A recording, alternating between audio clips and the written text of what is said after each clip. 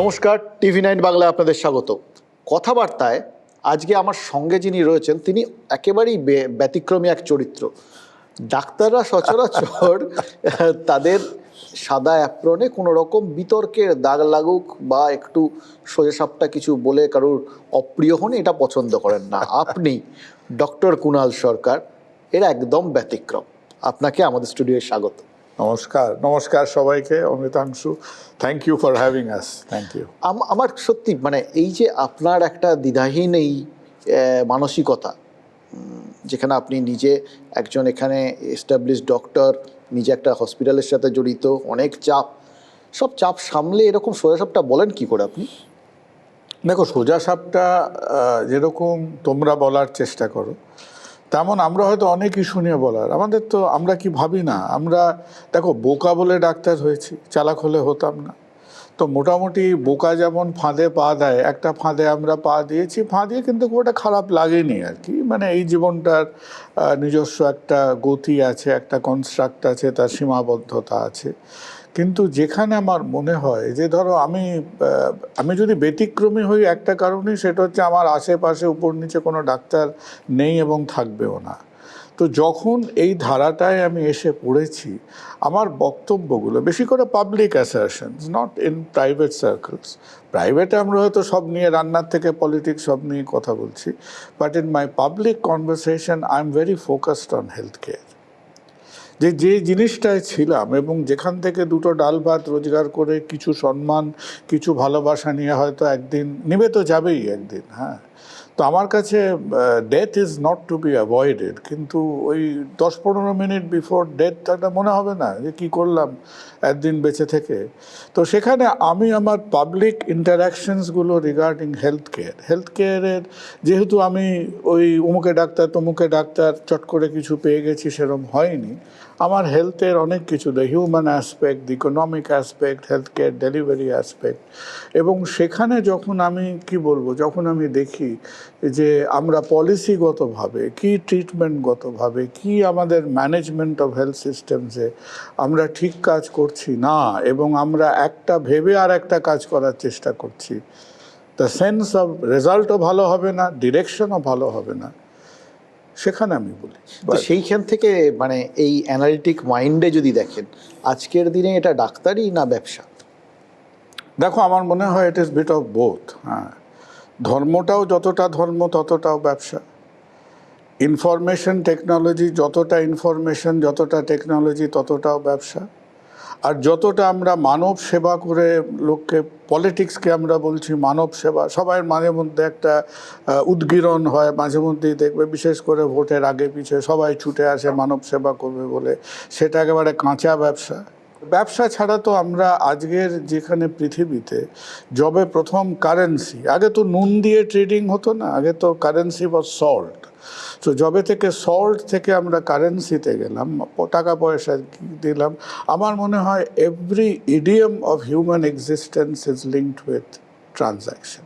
আমাদের এই health care নিয়ে যে একটা বিভ্রান্তির জায়গা রয়েছে সাধারণ মানুষের মধ্যে, বিশেষ করে যে সস্তা বা অ্যাফোর্ডেবল ট্রিটমেন্ট পেতে গেলে আমাদের সরকারি হাসপাতালে যেতে হবে, সেখানে গেলে আমরা ভালো পরিষেবা পাবো না, নয়তো আমাকে প্রাইভেট হসপিটালে আসতে হবে, সেইখানে এলে আমাদের গলা কেটে নেবে।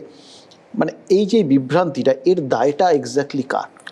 দেখো, এই দায়টা হলো, সে গল্পটা একটু লম্বা। হ্যাঁ, আমি যদি তোমাকে সংক্ষেপে একটা সামারি করে বলি, দায়টা হলো যে আমরা আমাদের 74 বছর একটা দেশের জীবন is not a very long time. তো আমাদের 74 বছরের এক্সিস্টেন্সে আমরা এখন অবধি কি, আমার তোমার সত্তাটা কি? আমরা হচ্ছে units in a political democracy. আমরা এখনও শিক্ষা, স্বাস্থ্য, হাউজিং, জেন্ডার ইকুয়ালিটি বা বিভিন্ন ব্যাপারে যদি ভাবো, আমরা কিন্তু এখনও সোশ্যাল ডেমোক্রেসি নয়। কারণ আমরা সোশ্যাল ডেমোক্রেসি নিয়ে চিন্তা করার সময় পাইনি। সে আম্বেদকর বারবার আমাদের বলে দিয়েছিলেন, কিন্তু সে সময় পাওয়া যায়নি, অনেক কিছু হয়নি। 14ই August 1947 PG hospital, medical college হসপিটালে কেউ ঢুকতে পারত? ওগুলো তো তখন 7 তারা ইমারত ছিল। They were the luxury, they were the elitest health care, লোকে তো ঢুকতে পারতো না। কতদিন তুমি বাঁচতে? তুমি 47-46 সালে যদি তুমি থাকতাম, আমাদের অ্যাভারেজ আয়ু কত হতো? 50 হলে লোকে হাততালি দিত, আমাদের গড় আয়ু ছিল। তো সেইখান থেকে কি হয়েছে সংক্ষেপে, যে স্বাস্থ্য ব্যবস্থাটা একটা এবড়ো খেবড়োভাবে এসছে। প্রথমে ওই গভর্নমেন্ট হসপিটালগুলো সংখ্যায় কম, গুজগুজে ভিড়, নার্সিংহোম শুরু হলো। নার্সিংহোমের ব্যবসাটা 2-4 বছর চলার পরে লোকে বুঝলো বা ভালো নয়, বড় হসপিটাল, কর্পোরেট হসপিটাল তৈরি হলো। অর্থাৎ আমরা এই যে দ্বিচারিতা, এই যে বাইনোমিয়ালটাকে, বাইনারিটাকে আমরা অ্যাকসেপ্ট করি। একটা আমার কাছে ভিড়ে ঠাসা, ভালো ডাক্তার আছে, ভালো কাজ করে, ভিড়ে ঠাসা, অপরিচ্ছন্ন, কোয়ালিটি নিয়ে প্রশ্ন আছে একটা, সেই ব্যাপার। আর একটা ঝাঁ চাকচকে কিন্তু করে পয়সাটা ভাই গুনতে হবে। তো আমরা কি মানুষের কাছে অ্যাক্সেসিবিলিটি হেলথ কেয়ার, যেটা কিনা প্রতিটা সভ্য সমাজ, জার্মানি এটাকে অ্যাড্রেস করেছিল 1860-তে, যে বছর ভারতবর্ষকে সে হারিয়ে ফেলছে, তার মুকুটের থেকে তার হিরে খসে যাচ্ছে, ইংল্যান্ড সেই 1947-48-এ পাবলিক হেলথ কেয়ারে গেল। আমরা সত্যি কথা বলতে সেই সময়টা পেয়ে উঠিনি। তুমি তো অনেক চেয়েছিলাম না যে আমরা গান বাজনা করে ভালো ভালো ভজন টজন গেয়ে স্বাধীন হব, সেটা কি হয়েছিল? সে তো হয়নি। 5 লাখ মৃতদেহের ওপর দিয়ে যদি স্বাধীন হতে হয়, 2 কোটি লোককে যদি বাস্তুহারা, ঘরহারা হতে হয়, তাহলে সেই যে একটা বিরাট এফেক্ট, সেই শ্মশানের আগুন নেভাতে নেভাতেই তো একটা অর্ধশতক চলে যাবার কথা, যেটা গেছে। আমি একটু আগে যে আপনাকে বিভ্রান্তির কথা বলছিলাম, এই বিভ্রান্তিটা এখন আমার কাছে যেমন ব্যক্তিগতভাবে আরও বেড়েছে বলে মনে হয়। রাইট। দুটো একসঙ্গে জিনিস। একদিকে ধরুন সরকারি ক্ষেত্রে লোকে স্বাস্থ্যসাথী কার্ড দিয়ে এখন দেখাতে পারছে, এতদিন গিয়ে বিনা পয়সায় চিকিৎসা পেত। স্বাস্থ্যসাথী কার্ড মানে হচ্ছে তার পেছনে একটা বিমা আছে, মানে কোথাও গিয়ে ঘুরিয়ে ওখানে সরকার তার টাকাটা তুলে নেওয়ার চেষ্টা করছে, হয়তো ভুল না, কিন্তু সেটা একটা পেইড সার্ভিসের জায়গায় যাচ্ছে।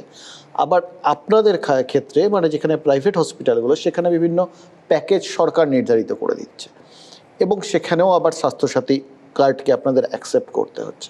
ফলে সেখানে কোথাও গিয়ে আবার একটা গ্রসলি সরকারি নিয়ন্ত্রণের ব্যাপার এসে যাচ্ছে। এটা কি আপনাদের পক্ষেও মানে এটা লোকেও বুঝতে পারছে? দেখো, আমার মনে হয় যে প্রথমত স্বাস্থ্যসাথী 2016-এ একরকমভাবে শুরু হলো, সেটা ধরো 1.5-2 কোটি লোক তার আওতায় ছিল। তারপর আমরা যখন স্বাস্থ্যসাথীকে একেবারে সর্বজনগ্রাহ্য করে দিলাম, ট্রুলি ইউনিভার্সাল হেলথ কেয়ার করে দিলাম, তখন আমার মনে হয় প্র্যাকটিক্যালি ওয়েস্ট বেঙ্গলের যত the quantum of the state budget, তার অ্যাবাউট 1-2% দিয়ে আমরা কিন্তু 10 কোটি লোককে ইউনিফর্ম হেলথ কেয়ার দিতে পারবো না। That is the problem. আবার তোমার ঘাড়ে এখন 5 লক্ষ কোটি টাকার ডেট আছে। তুমি ভারতবর্ষের 15টা রাজ্যের মধ্যে তোমার fiscal deficit is the highest. তো এগুলো তো আজকের বাস্তব চরিত্র না। স্বাস্থ্যটা শুধু তো সবাই তো বাঁচতে চায়, কিন্তু রাজ্যটাকেও বাঁচতে তো হবে, তার ভাড়াটাকে নিয়েও তো চলতে হবে। তো দুটো একটা পরস্পর বিরোধী সিচুয়েশন হয়ে গেছে। আমাকে যদি 110% পেশেন্টকে স্বাস্থ্যসাথীতে চিকিৎসা করতে হয়, আমার সেখানে কোনো রকম কৌলিন্য আভিজাত্যে বাধে না। কিন্তু কোথায় বাধে? যদি আমি জানি যে আমার এই ঘর চালাতে আমি তো সরকারের করের টাকা পাচ্ছি না, আমি তো স্টেট গভর্নমেন্টের ট্যাক্সে ফান্ডেড হচ্ছি না, আমার এই একেবারে লোয়েস্ট টু হাইয়েস্ট প্রত্যেকটা লোকের তার ঘর সংসার চালাবার মাইনে দিয়ে, ওষুধের খরচাটা দিয়ে, আমার অমুকের যন্ত্রপাতির খরচাটা দিয়ে যদি চালাতে আমার 100 টাকা লাগে, এবং কেউ যদি সেখানে আমাকে একটা একতরফা রেভিনিউ রেস্ট্রিকশন করে দেয় যে না, তুমি আমার থেকে 50 টাকাই পাবে, তাহলে প্রশ্ন আসবে বাকি 50 টাকাটা আসবে কোত্থেকে? এবং সেই উত্তরটা যদি তুমি আজ দিতে না পারি, তাহলে আমরা কি দেখব? সেই 60-70 দশকের শ্রমিক প্রেমের গল্প হবে। সেই যে শ্রমিক আন্দোলনের একটা বিধ্বংসী পদাবলী আমরা গেয়েছিলাম 10 বছর ধরে, সারা দেশের ইন্ডাস্ট্রি, রাজ্যের ইন্ডাস্ট্রিটাকে একটা শ্রাদ্ধ বাসরে যে কীর্তন দিয়ে সেই শ্রাদ্ধ বাসর শেষ হয়েছিল। তাহলে আজ কি আমরা ঘুরে ফিরে সেই ইকোনমিক ইমব্যালেন্সটা হেলথ কেয়ারে ফিরে আনছি? আমার কোনো আপত্তি নেই। আমার মনে হয় এটা একটা revolutionary step, but revolution has also got to be financed. Second point which is I think is a critical point, এই পয়েন্টটা আমি এখনও বলিনি, তোমার প্রোগ্রামে ফার্স্ট টাইম বলছি। গভর্নমেন্ট দুটো কথা বলেছেন। একটা বলেছেন যে গভর্নমেন্ট সেক্টরে স্বাস্থ্যসাথী লাগবে। আমি তার প্রথম সমস্যাটা কোথায় দেখি, যে গভর্নমেন্টের সমস্ত health care establishment already government state budget থেকে চলছে। এবার আমি বাজেটের বাইরে আরও 100 টাকা দিয়েছিলাম, ধরে নাও 50 টাকা ইন্স্যুরেন্সে, 50 টাকা অ্যাসিওরেন্সে। কেন দিয়েছিলাম? সেটা দিয়ে আমি চাইছিলাম আরও বেশি লোকের চিকিৎসা হোক বলে। এবার সেই 50 টাকার একটা বিরাট অংশ যদি আমি আমার স্টেট বাজেটে ঢুকিয়ে দিই, তার মানে আমি কি নিজেকে নিজে সাবসিডাইজ করছি? যেটা আমি একদিক দিয়ে ট্যাক্স পেয়ার ফান্ড ঢোকাচ্ছি, একদিক দিয়ে যেখান থেকে আমি চাইছিলাম আরও বেশি, আমি পুলটাকে বাড়াতে চেয়েছিলাম। কিন্তু সেই পুলের 50% আমি যদি অন্য রাস্তা দিয়ে ডাইভার্ট করে গভর্নমেন্ট হসপিটালে ঢোকাই, তাহলে এফেক্টিভলি কিন্তু আমার বেশি লোকের চিকিৎসা হলো না, নাম্বার ওয়ান। নাম্বার টু, যেটা আমাকে ভাবাচ্ছে অ্যাট দ্য মোমেন্ট, ঠিক যেমন রোজ সন্ধেবেলা একটা ব্যভিচার, মিথ্যাচার হচ্ছে প্রত্যেকটা প্রাইভেট হসপিটালে যারা স্বাস্থ্যসাথীতে নাম লেখিয়েছে, এভরিডে ইট ইজ হ্যাপেনিং। লোকে আসছে যে কোনো মেডিকেল প্রবলেমে, তাকে আমরা সাদরে ঢুকিয়ে নিচ্ছি, কারো সেরিব্রাল স্ট্রোক, কারো অ্যাজমা, কারো হার্ট ফেলিয়ার, কারো অমুক মেডিকেল প্রবলেমে প্রথম আধ ঘন্টা অ্যাসেসমেন্ট হচ্ছে, তারপর যেমনি আধ ঘন্টা পরে স্বাস্থ্যসাথী কার্ডটা পকেট থেকে বেরোচ্ছে, আমরা ওহো খেয়াল করিনি তো, আজ তো বেড নেই। রাত্রি 12:30টায়, হ্যাঁ, সেই ছেলেটিকে মেয়েটিকে তার বাবা মাকে ঘাড়ে করে তখন সে আবার তীর্থে বেরোলো দেখতে কোথায়। Why should this happen? আর আমরা আমাদের ইনডিসিশনগুলোকে কেন কেবল ডাক্তারদের হাতে ছেড়ে দিচ্ছি? প্রাইভেট হসপিটালের এদিকে মুখ ঘুরে আছে, কারণ তারা অলরেডি 2017-তে তাদের একটা গণপ্রহার হয়েছিল টাউন হলে ডেকে নিয়ে গিয়ে। তারা আবার সেই গণপ্রহারটা খেতে চায় না। হ্যাঁ, টেলিভাইজড কানমোলা পশ্চিমবঙ্গের ইতিহাসে প্রথম হয়েছিল। তো কেউ এখনও মুখ ফুটে কেউ করছে না। তাহলে বিশুদ্ধ বাংলায় বলতে ঝাড়টা কার ঘাড়ে যাচ্ছে? ঝাড়টা যাচ্ছে ডাক্তারদের ঘাড়ে। এরপর তোমরাই ক্যামেরা নিয়ে দাঁড়িয়ে থাকবে, ওই হাসপাতালে ভাঙচুর, ওই হাসপাতালে মারপিট, রাত্রির বেলা রুগী ফুরিয়ে দিয়েছে। I think in my mind, এটা নিয়ে আমি ভেবেছি কয়েকদিন, স্বাস্থ্যসাথী আমি একটা ফ্যামিলিকে দিচ্ছি, একটা ফ্যামিলিকে 5 লাখ টাকা এক বছরে দিচ্ছি। তুমি ধরে নাও আমার পরিবারে 5টা লোক আছে, তার মধ্যে একজন কি দুজন বছরের গোড়ায় অসুস্থ হয়ে তার 5 লাখ টাকা কনজিউমড হয়ে গেছে। তাহলে স্বাস্থ্যসাথী যদি গভর্নমেন্ট হসপিটালে লাগে এবং আমার পরিবারের বাকি দুজন একজন যদি অসুস্থ হয়, আরে আমার আগে কি হতো? আমাকে হয়তো অপেক্ষা করতে হতো, ফুটপাতে শুয়ে থাকতে হতো, মশারি খাটিয়ে ওয়েট করতে হতো, কিন্তু আমি তো গভর্নমেন্ট হসপিটালে একটা ট্রিটমেন্ট আশা করতাম। তাহলে আমার যদি স্বাস্থ্যসাথীর অ্যালটমেন্টটা আমি কনজিউম করে থাকি এই বছরে, ইট ইজ ওভার, তাহলে আমার রাজ্যের একটা লোক যে পরিবারের, I am the third member of the family, আমার এবছরে আবার অসুস্থ হয়েছে, আমার ট্রিটমেন্ট লাগবে, who is there to help? কোনো প্রাইভেট সেক্টর আমাকে, কারণ আমি অ্যালটমেন্ট কনজিউম করে ফেলেছি। আর এই ট্রানজিশন জোনে গভর্নমেন্ট হসপিটালে গিয়ে খোঁজ নিয়ে দেখো, গভর্নমেন্ট হসপিটালে গিয়ে কি হচ্ছে এখন। গভর্নমেন্ট হসপিটালে আমার কাছে আজকে এই জাস্ট তোমার শোতে বেরোবার আগে একজন পেশেন্ট রেফার্ড হয়েছে, তার আর্জেন্ট পেসমেকার লাগবে, সে ক্ষণে ক্ষণে অজ্ঞান হয়ে যাচ্ছে, তার স্বাস্থ্যসাথী কার্ড নেই বলে তার ব্রেন ড্যামেজ হতে পারে, এটা 50 বছরের লোক। তাকে অ্যাকসেপ্ট করে বেডে শুইয়ে পেসমেকারের জন্য লিস্ট করে বলেছে যে গভর্নমেন্ট হসপিটালে হচ্ছে, যে আপনার তো স্বাস্থ্যসাথী নেই, আজকে লিস্ট থেকে আপনি বাদ করা গেল না। আচ্ছা খুব ভালো, সে তখন বলছে আপনি তো বলেছিলেন কার্ডটা করে দেবেন, আমায় কার্ডটা করে দিন, বলে সেই ব্যবস্থা এখনো শুরু হয়নি। তো কোথায় করবো আমি এখন? আপনার মাথা ব্যথা যান। তার একটা ভালো আইডিয়া, একটা গ্রেট স্কিম, আরে আমরা চাই, আমরা প্রতি মুহূর্তে চাই। আমি যদি কাল সকালে যদি মরে যাই, যদি আজ রাতে আমি মরে যাই, I will die knowing that আমার স্টেট আজকে ইউনিভার্সাল হেলথ কেয়ারের দিকে যাচ্ছে। কিন্তু একটা ভালো আইডিয়াকে আমি যদি এরকম একটা স্যাম্বলিকভাবে আমি এটাকে ইমপ্লিমেন্ট করতে চাই, দ্যাট ইজ নট রাইট। আর ঘুরে ফিরে কি হবে, একদিকে গভর্নমেন্ট কিছুটা আচ্ছা হচ্ছে হোক, প্রাইভেট হসপিটালরা একই, বুঝতে পারছো, তাদের একেবারে ইন্ডিয়া রাবারের তৈরি স্পাইন, কেউ কারোর দিকে ফিরে তাকাবে না। মাঝে মধ্যে এবার এগুলো শুরু হবে, আরে একই তো সবাই আমাদের বলে দিয়েছে, আমরা হয় রক্তচোষা, না হলে আমরা ব্যবসাদার, না হলে আমরা অমানবিক, না হলে আমরা আনএথিক্যাল, ডাক্তার আর ডাক্তার নেই, ডাক্তার হচ্ছে স্বয়ং। আমরা তো মহিষাসুরও বনে গেছিলাম কয়েকটা পুজোতে, তার কোনো উপায় নেই। তো এবার কি, এবার এই জিনিসটাকে যদি আমি ডিটিওরেট করতে দিই, তাহলে আমি কি রোজ রাতের যুদ্ধক্ষেত্র দেখবো? আর be ready for that? That should not be. এবং এটা তো পারসিভড, এটা তো হতে চলেছে আজকের দিনে। ধরুন একজনের স্বাস্থ্যসাথী কার্ডে সে তার কোনো কিছু তার আগে অবধি কারোর চিকিৎসা হয়নি, পুরোটাই রয়েছে 5 লাখ টাকা, সে আপনাদের কাছে আসছে, আপনারা যে বলছেন রাত্রিবেলা যখন আধ ঘন্টা বাদে সে কার্ড বার করছে তখন আপনারা রিফিউজ করছেন। দেখো কি হচ্ছে, আমি তোমাকে বলি, দুরকমভাবে চিকিৎসাটা হয় ভারতবর্ষে। নানান হেলথ স্কিম, তার মধ্যে স্বাস্থ্যসাথী তো প্রথম নয়, প্রথমে কর্ণাটকে শুরু হয়েছিল, তারপর আন্ধ্রা। এই গল্প সংক্ষেপে, এই গল্প ভারতবর্ষে এই যেমন সিরিয়ালের অনেক পার্ট হয়, এই সিরিয়ালটা শুরু হয়েছিল 85-83-তে। প্রথমে আমাদের ওই ভদ্রলোক ছিলেন কর্ণাটকে, তারপর ওয়াইএসআর রেড্ডি, এখন আমাদের যে আছে ওয়াইএসআরের ছেলে, তার বাবা, সে প্রথম এই হেলথ কার্ডটাকে একটা খুব পলিটিক্যাল তাস হিসেবে সে প্রথমে অ্যাপ্লাই করলো। হ্যাঁ, ভারতবর্ষ কিন্তু এতদিন গরু, বাছুর, ছাগল, বিফ, মাটন, মাছ, মাংস, হিন্দু, মুসলিম এইসব নিয়ে আমরা প্রগাঢ় আলোচনা করেছি। হ্যাঁ, হেলথ নিয়ে ভারতবর্ষের গণতন্ত্রের খুব একটা মাথা ব্যথা ছিল না। বাদ সাধলো এই ওয়াইএসআর রেড্ডি, সে অন্ধ্রতে দেখিয়ে দিল, সেই ইলেকশন তার ডাহা হেরে যাওয়ার কথা।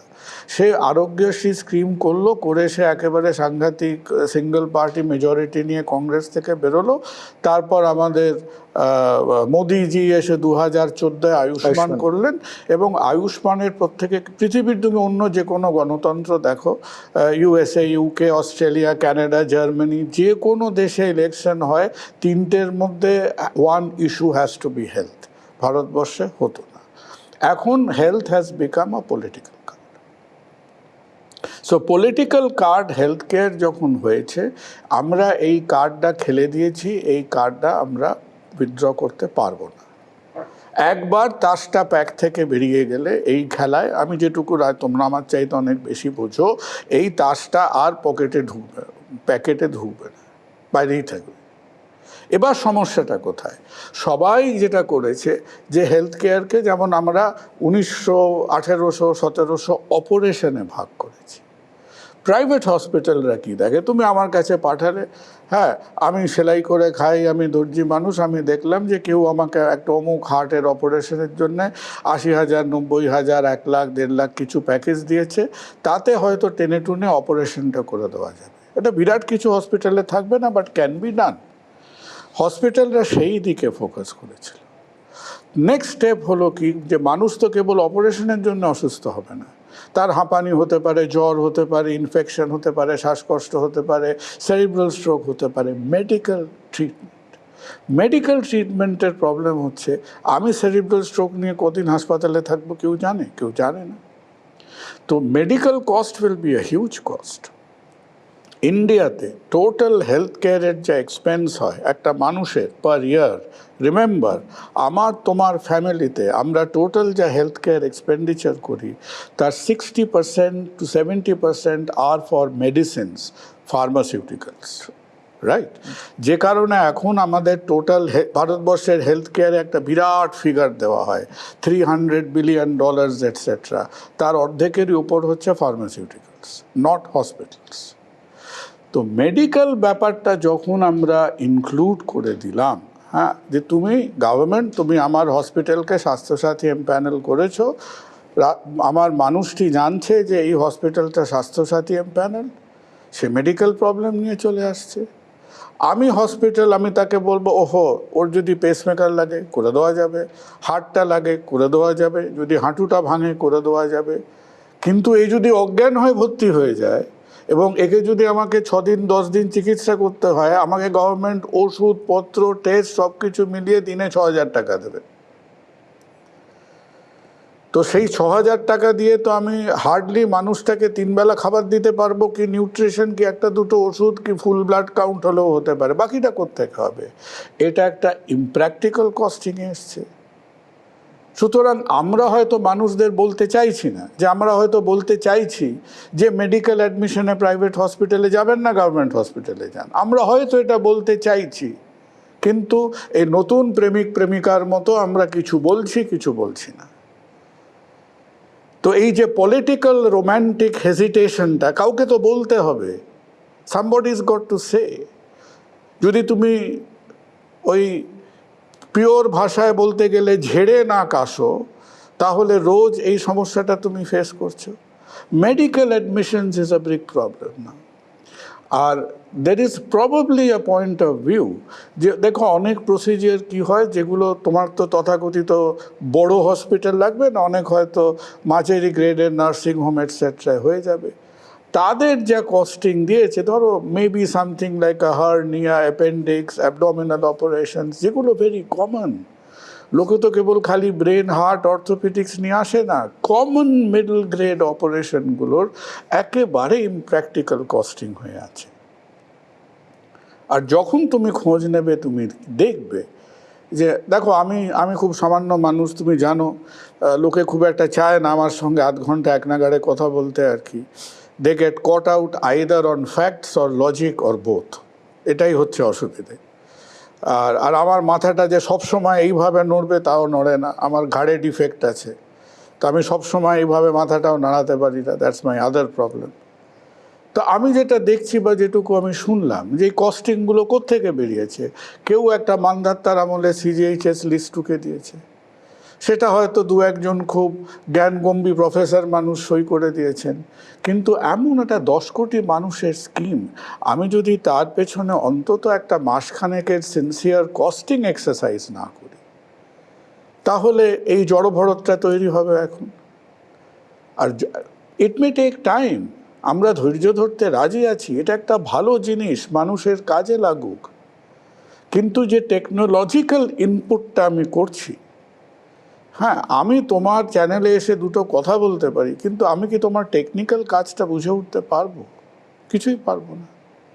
সুতরাং যে টেকনোক্র্যাটিক যে ইনপুটটা এর মধ্যে দেওয়া ছিল, আজকের দিনে কস্টিং এভরিথিং ইজ অ্যাভেলেবল, সেই সিরিয়াস হোমওয়ার্কটা এর পিছনে হয়।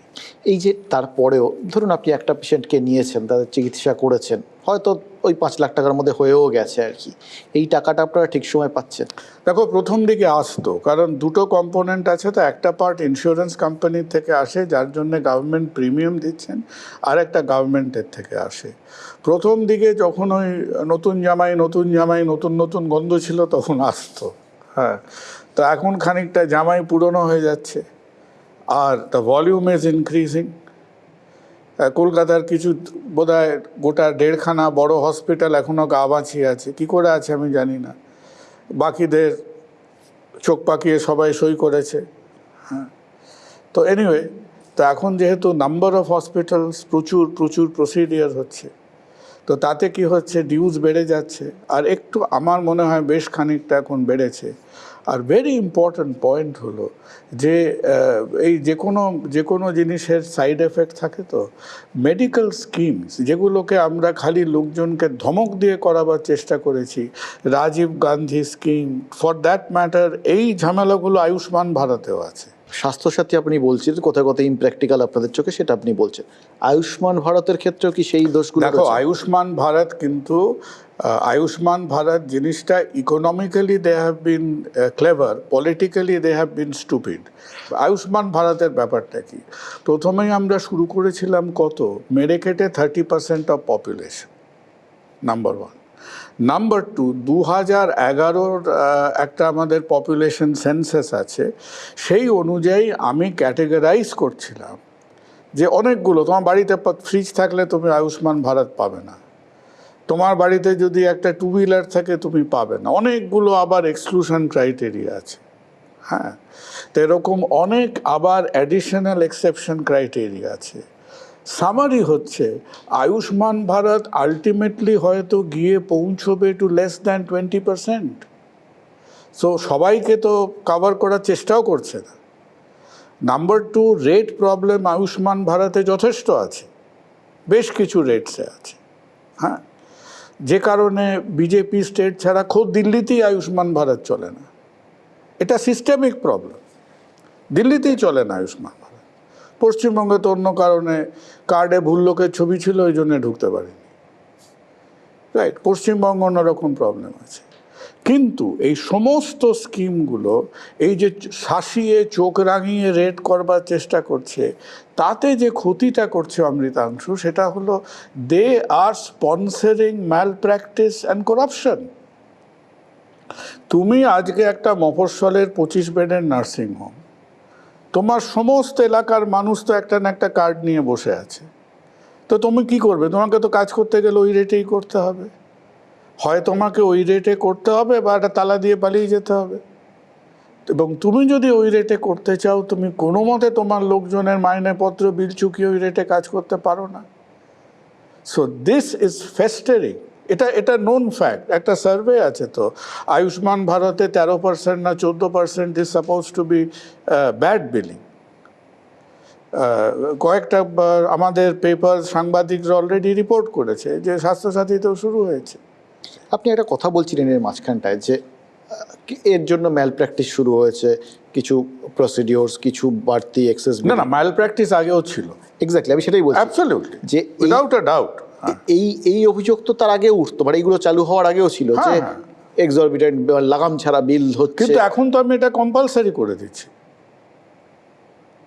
আগে ছিল, আগে তুমি হয়তো ধরে নাও 25টা বিল করার পর তোমার লোভের শরীর, তোমার মনে হলো আচ্ছা এই বিলটায় মনে হচ্ছে আমি একটু এক্সট্রা ঢুকিয়ে দিতে পারি, আমি একটু এক্সট্রা মশলা এর মধ্যে ঢুকিয়ে দিই। করতো না কেউ? অবভিয়াসলি করতো। এবং সেই জন্যই তো বোধহয় স্বাস্থ্য কমিশন বা এগুলো বসানোর দরকার পড়েছে। স্বাস্থ্য কমিশনের গল্পটা আলাদা। স্বাস্থ্য কমিশনের কি রোল নেই? স্বাস্থ্য কমিশনের অবভিয়াসলি রোল আছে। খুব সহজ কথায় বলতে গেলে প্রাইভেট হসপিটালরা কি বাদরামও করে না? যথেষ্ট করে, যথেষ্ট করে, রাইট। দে রিকোয়ার মনিটরিং, দে রিকোয়ার সেন্সারিং, আমাদেরও ওপর করতে হবে, নিশ্চয়ই করতে হবে। কিন্তু স্বাস্থ্য কমিশনের অসুবিধাটা হচ্ছে যে স্বাস্থ্য কমিশনের way of working is very ad hoc. স্বাস্থ্য কমিশন যেভাবে কাজ করে, that is slightly a refined version of হরিয়ানার খাপ পঞ্চায়েত। 2021-এ ওইভাবে কাজকর্ম করাটা উচিত ছিল। স্বাস্থ্য কমিশনের অনেক অ্যাডভার্স রুলিং, স্বাস্থ্য কমিশনের অনেক রুলিং হচ্ছে, লোক ডেকে ডেকে লোককে 1 লাখ টাকা 1 লাখ টাকা করে দিয়ে দিচ্ছে। তো লোকে কেন সেটা হজম করছে? কারণ তোমাকে উকিল দিয়ে ওই কেসটা যদি লড়তে হয়, তোমার 5 লাখ টাকা খরচা হবে, বুঝতে পারছো? But again the principle of it, যে হ্যাঁ আমাদের মনিটরিং, আমাদের সেন্সারিং, আমার private health care is definitely needed. তাহলে প্রশ্ন উঠবে, why is monitoring of government health care not needed? তুমি তো খবর পেয়েছো, দেওয়ালির দিন একটা মৃত্যু নিয়ে তো অনেক কটা প্রশ্ন উঠেছে। চিকিৎসা পরিষেবা নিয়ে তো কিছু কিছু প্রশ্ন উঠেছে। খবর পেয়েছো? কোনো খোঁজ খবর হয়েছে কিনা? কোনো মেডিকেল ইনফ্রাস্ট্রাকচার নিয়ে প্রশ্ন উঠেছে কিনা? প্রশ্ন তো উঠেছে, ওনার আইনজীবীও যিনি ওখানে উপস্থিত ছিলেন। যাই হোক, আমি সামান্য মানুষ, আমাকে গভর্নমেন্ট হসপিটালে ঢুকতে দেয় না, আমি মূর্খ মানুষ। কিন্তু মানুষের সেই প্রশ্ন, আমার এগেনস্টে প্রশ্ন থাকলে তুমি আমাকে কান ধরে নিয়ে চলে যাবে স্বাস্থ্য কমিশনে। সে আমাকে ওঠবোস করাবে, এ করাবে, খুঁড়ি দিয়ে দেওয়ালে লেখাবে, এক পায়ে দাঁড় করিয়ে রাখবে, পানিশমেন্ট দেবে, যা দবাদ দেবে। But why? পশ্চিমবঙ্গেতে তো আমরা একমাত্র রাজ্য যার 60% হেলথ কেয়ার তো গভর্নমেন্ট থেকে যায়। ভারতবর্ষে উল্টো, 60% প্রাইভেট থেকে যায়, 40 গভর্নমেন্ট থেকে যায়। আমাদের তো মেজরিটি হেলথ কেয়ার গভর্নমেন্ট থেকে যাচ্ছে। তাহলে যে অডিট, যে কোয়ালিটি কন্ট্রোল, যে প্রসেস কন্ট্রোল, যে প্রশ্নগুলো, আমি তো হেলথ কেয়ারকে করব, আমি কেন দুটো সেক্টরকে ওইভাবে ডিফারেন্সিয়েট করছি আজকে? That is not right. তাহলে ওভারঅল কি হবে? তাহলে তো ওভারঅল যে হেলথ কেয়ারের মধ্যে যে গলদগুলো, সে গলদগুলো তো থেকেই যাবে। লোকের একটা শ্রেণীর এখন বক্তব্য হচ্ছে, এবং সত্যি সত্যি সাধারণ মানুষ যারা স্বাস্থ্যসাথী পাচ্ছেন এবং যারা দেখছেন যে আগে প্রাইভেট হসপিটালগুলোয় গেলে তাদের হয়তো বিরাট বিরাট বিল হতো, এখন সে জায়গাটায় প্যাকেজ বেঁধে দিচ্ছে সরকার, আপনারা বেশি টাকা নিতে পারছেন না বলে আপনারা রেগে যাচ্ছেন। দেখো, আমার মনে হয় যে কোনো মানুষের রোজগার কমলে খুশি হয়েছে আজ অবধি কারোর সঙ্গে দেখা হয়েছে? আমার সঙ্গে তো বাবা আজ অবধি কারো দেখা হয়নি যে এক সময় 100 টাকা রোজগার করতো, এ মাসে 50 টাকা রোজগার করে সে খুব আনন্দিত হয়েছে। সে ধর্মগুরুর থেকে মুখ্যমন্ত্রী কেউ আনন্দিত হয়নি আজ অবধি। প্রাইভেট হসপিটালরা কিসের ওপরে বেসড অমৃতাংশ? 1960-70 অবধি ভারতবর্ষের নন গভর্নমেন্টাল হসপিটাল বলার যে ব্যাপারটা ছিল, that was dominated by charitable hospitals. Charitable হসপিটালরাও তো আজকে স্ট্রাগল করছে। হ্যাঁ, রামকৃষ্ণ মিশন সেবা প্রতিষ্ঠান, তারও তো একটা ভায়াবিলিটির প্রশ্ন আছে। আমি সেবা প্রতিষ্ঠানে কিছু কাজ করেছি। হ্যাঁ, ওখানে আমরা 300টার বেশি হার্ট অপারেশন করেছি। তাদেরও যে কি রোজগার হিসেবের মধ্যে দিয়ে যেতে হয়, উই নো দ্যাট। তো একটা ভায়াবিলিটির প্রশ্ন আছে, প্রফিট এবং প্রফিটিয়ারিংয়ের মধ্যে একটা প্রশ্ন আছে। You are absolutely right. তুমি যদি আমাকে বলো যে হ্যাঁ, আজকে একজন ব্যারিস্টার উঠে গভর্নমেন্ট অফ ওয়েস্ট বেঙ্গলকে রিপ্রেজেন্ট করে যে ফি চার্জ করে কয়লার কেসে, আজকে ডাক্তার 8 ঘন্টা কি 12 ঘন্টা অপারেশন করে তার কাছাকাছি ফি চার্জ করতে পারে, সে যদি একটা government of West Bengal case করে, আজকে গভর্নমেন্ট অফ ওয়েস্ট বেঙ্গল সেই পয়সা দেবে ডাক্তারকে? কেন দেবে না? আমরা কম পড়াশুনো করেছি সেই উকিলের থেকে? আমরা তো আমাদের ট্রেনিংয়ে তো 15 বছর তো কেটে গেছে খালি ওই সেলাই করার বিদ্যে শিখতে। তো তুমি কেন সিলেক্টিভ এথিক্স দেখাচ্ছ মেডিসিনে? কারো বিবেকে লাগছে না আজকে যে লাখ লাখ লাখ টাকা 8 ঘন্টা 20 মিনিট 25 মিনিটের হিয়ারিংয়ে দিতে? So you cannot be selectively economically prudent only on one profession. আর যে শিফটটা হচ্ছে, আমার মনে হয় টাইম হ্যাজ কাম। এটা শুধু রাজ্যের প্রশ্ন না, এটা দেশের প্রশ্ন, যে একদিন একটা দেশের মানুষকে দেশের কোনো দণ্ডমুণ্ডের বিধাতাকে ডিসাইড করতে হবে, যেরকম বোধহয় 1969 সালে না কবে মিসেস গান্ধী ঘুম থেকে উঠে ডিসাইড করেছিলেন ব্যাংকস টু বি ন্যাশনালাইজড।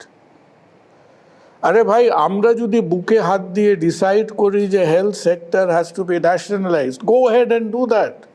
আমাদের দেশে 9 লক্ষ ডাক্তার আছে।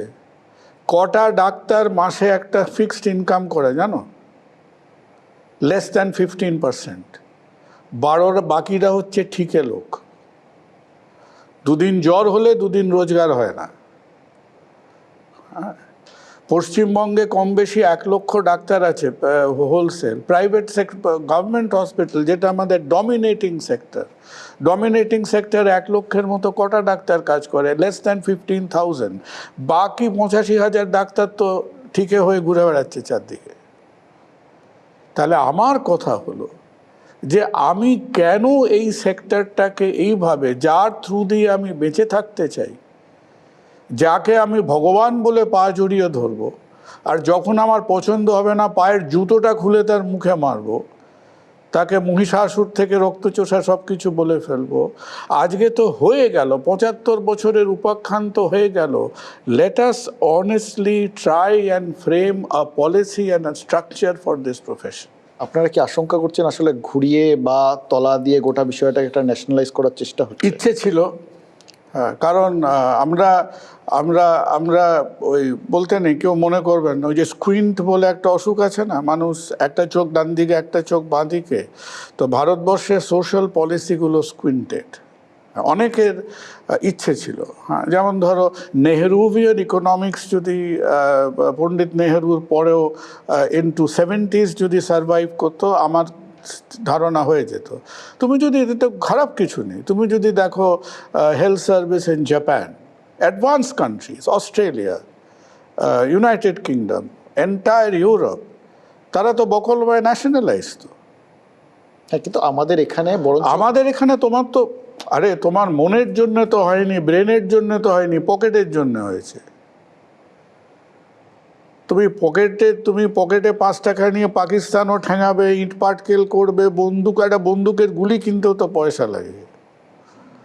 তো সেটা হওয়াটা আমার মতে বাঞ্ছনীয় ছিল, হয়তো উচিত ছিল, কারণ আমরা অবচেতন মনে সেটাই ভাবি সব সময়। গ্যাপ ছিল, সার্ভিস সেক্টরে গ্যাপ ছিল, পলিসির জন্য হয়নি, মানুষের নিড, নেসেসিটি, গ্যাপের জন্যে সেই সমস্ত জায়গাগুলোতে প্রাইভেট হেলথ কেয়ার কিছুটা আমরা গাছ হিসেবে গজাইনি, আমরা আগাছা হিসেবে গজিয়েছি। তো তুমি ওই জন্য কখনো দেখবে প্রাইভেট হেলথ কেয়ারকে কেউ একটা বেশ বাগানের বড় গাছ হয়েছে, হ্যাঁ গাছের ছায়া লোকে আছে মনে করে না। সবসময় মনে করে you approach private health care as if it is an accidental entity. এবং আমার মনে হয় আমরা হয়তো বেঁচে থাকবো না একদিন, কিন্তু এই যে আমরা বলি আমাদের তো রাইট টু লাইফ আছে, রাইট টু হেলথ নেই, এমনিতেই নেই, কনস্টিটিউশনই বাদ দিয়ে গেছিল। এবং আমার মনে হয় একদিন এটা হওয়াটা বাঞ্ছনীয়। It will happen. এই যে কোভিডের গড়ন, সেইটা সামলানোর ক্ষেত্রে আমরা সর্বভারতীয় ক্ষেত্র এবং বাংলা ধরলে আমরা কতটা সফল? দেখো, ওভারঅল তুমি যদি ভারতবর্ষের পিকচারটা নাও কোভিডে, তাতে প্রথমত আমাদের সত্যি কথা পরিসংখ্যানগুলো একটু সাসপেক্ট। আমরা যেগুলো বলছি সেগুলোও যদি অ্যাডজাস্ট করো, নেট ফলাফলটা হলো আমরা হয়তো খুব একটা খারাপ করিনি। মানে আমাদের থেকেও খারাপ করেছে কোভিডে এরকম অনেক অনেক দেশ আছে। এবং ওয়ান্স এগেন আপনি নর্মালি ধরো আমাদের গভর্নমেন্ট এবং private health care put together, আমি যদি মেডিকেল ম্যানেজমেন্ট বলি, একটা স্ট্যান্ডার্ড অপারেটিং প্রসিজিয়ার হিসেবে আমরা যে ট্রিটমেন্টগুলো দিয়েছি, অমৃতাংশ আমরা কিন্তু খুব, কারণ ব্যাপারটাই তো একটু অজানা হয়েছে না, আমরা হাতরে মাসের পর মাস প্রোটোকল পাল্টাচ্ছে, ট্রিটমেন্ট পাল্টাচ্ছে, এইভাবে হয়েছে।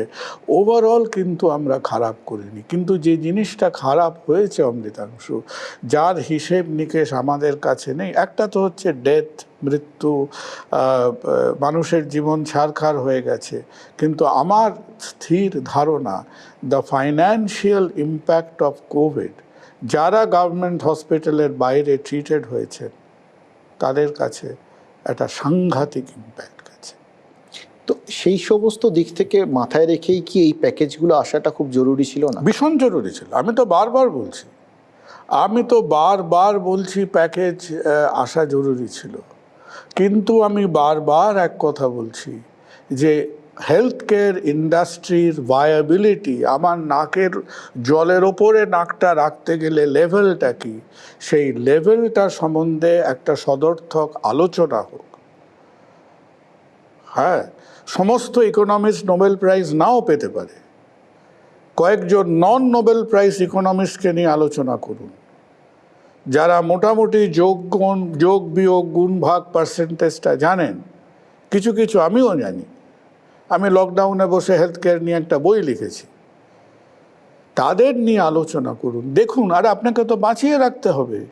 একটা মফস্বল টাউনে যদি 4টে নার্সিং হোম বন্ধ হয়ে যায়, সেই 100-200টা বেড কোত্থেকে পাবে তুমি? এই এত কিছুর পরে যদি আমরা একটু তুল্যমূল্য বিচার করি, এখনও কিন্তু এখান থেকে মনে হয় যে আমাদের এই ইস্টার্ন জোন, বাংলার থেকে স্বাস্থ্য ব্যবস্থা দক্ষিণে অনেক ভালো। এবং সেই মানে না, আমি দুটো ব্যাপার বলি, ইটস এ গুড কোয়েশ্চেন। দুটো ব্যাপার আছে। সেটা হলো, আমি একটা ইনস্টিটিউটে, আমি 2-3বার সেই ইনস্টিটিউটে বিভিন্ন টক দিতে গেছি। সিএমসি ভেলোরের কথা বলি। কবে শুরু হয়েছিল? 1901 সালে। আমরা কি করছিলাম 1901-2 সালে? আমরা অনুশীলন সমিতি, যুগান্তর সমিতিতে ওরা কিছু লোককে বাঁচাচ্ছিল, আমরা হয়তো আমাদের কারণ ছিল, জাস্টিফিকেশন ছিল, আমরা কিছু লোক মারছিলাম। একটা ভৌগোলিক এরিয়ার social history is different, is very different. তো ওদের আজকে দক্ষিণে ডেফিনেটলি উইদাউট আ ডাউট, আজকে Chennai is the highest transplant organ donation centre in the world. হ্যাঁ, সেই যে সংস্কৃতি, সেই যে ইতিহাস, তাদের ওখান থেকে বীজটা তো মাটিতে অনেক আগে পোতা হয়েছে না, গাছগুলোও আগে বেড়েছে। এবং তাদের মধ্যে থেকে ইনস্টিটিউশনাল হেলথ কেয়ার, আজকে railway hospital Perambur, CMC Vellore, Amrita Cochin, এই সমস্ত জায়গাগুলোকে কেন্দ্র করে তাদের culture of health care has grown up before. তারপরে যখন টেকনোলজি পরিকাঠামোর সময় হয়েছে তখন আমরা, হ্যাঁ, তারা অলরেডি ট্র্যাকে নেমে পড়েছে আমাদের 2 দশক আগে। আর আমরা প্রথমে ব্রিটিশ তাড়িয়ে, তারপর এদের কমিউনিস্টদের তাড়িয়ে, তারপর নকশালদের তাড়িয়ে, তারপর এটা নিয়ে এক গ্লাস জল টল খেয়ে আমরা চিন্তা করলাম ঢের হয়েছে, এখন তাড়াবার কেউ নেই, এখন একটু স্বাস্থ্য করা যাক। 25 বছর চলে গেছে। তো এই যে 25 বছরের যে একটা গ্যাপ, সেটা তো করতে হবে। এখানে এই বাংলায় প্রাইভেট হেলথ কেয়ারের ভবিষ্যৎ কি দেখছে? ভারতবর্ষে দেখো একটা পাঁচমেশালি ভবিষ্যৎ। আজকে প্রাইভেট হেলথ কেয়ার একটা দিকে একটু নড়বড়ে। কেন নড়বড়ে? আমরা একটা আনসার্টেন পলিসির ওপরে বেঁচে আছি। এই যে এত মোবাইল ফোন কোম্পানি, কালকে যদি হঠাৎ প্রধানমন্ত্রীর মনে হয় যে ভারতবর্ষের সবাই মোবাইল ফোন লাগবে, সমস্ত কোম্পানিকে বলে দিল 10,000 টাকার উপরে কোনো, 5,000 টাকার উপরে কোনো হ্যান্ডসেট থাকবে না। তুমি যদি সেই পিকচারটা ভিজুয়ালাইজ করতে চাও, প্রাইভেট হেলথ কেয়ারের ওপর বারবার ওই টাইপের ব্যাপারগুলো আসছে। পলিসি আনসার্টেনটি হচ্ছে সবচেয়ে বড় থ্রেট। তারা 1 মাস বলেন আমরা পিপিপি করব, পরের মাসে বলে আমরা প্রাইভেট পুরো হেলথ কেয়ার করব, তারপরের মাস মিটিং থেকে ফিরে এসে কেউ বলেন যে না, সমস্ত প্রাইভেট সেক্টরকে দেওয়া হবে। আবার এক কথা হতে পারে, I think we are an undecided nation. আমাদের এখনো মতিস্থির হয়নি। ওই 3-4টে সুন্দরী মহিলাকে দেখে এখনো ঠিক করে উঠতে পারছে না যে কোনটার হাত ধরবে আর কি। আপনাকে অনেক ধন্যবাদ আমাদের সময় দেওয়ার জন্য।